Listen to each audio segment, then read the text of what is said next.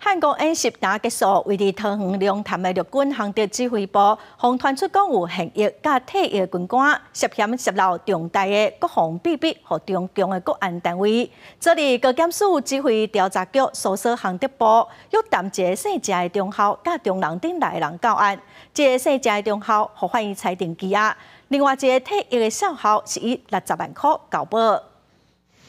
军营外口戒备真严，负责首都甲北部防卫员工是陆军前锋有龙城部队之称的航空陆空一旅，传出现役甲退役军官涉嫌泄露重大国防秘密给中国。高检署指挥调查局搜查现退役军官甲相关人士6个人，其中姓谢中校甲接头姓谢11人，因为情节重大，先后以涉犯刑法外犯罪嫌向法院申请羁押，禁见核准。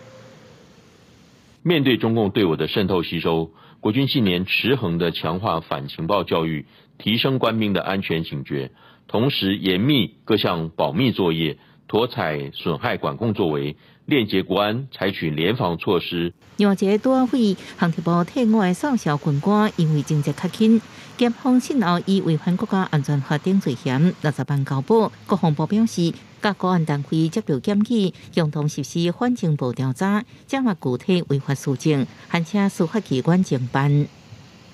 国防部应该要加强为何而战、为谁而战，而且要让我们现役的人员要提高警觉，然后要认清楚敌我方面的这个意识啊。 针对军官涉嫌和中国吸收、试探情报，也是陆军退役少将的胡瑞洲表示，陆空一旅是陆军北部防卫主力。 这案件在军事顶悬，显示中国已完积极准备，无排除会对台湾发动武力统一。作战部署、武器装备提升状况、甲外军合作的进展，拢是中国希望积极掌握的。记者综合报道。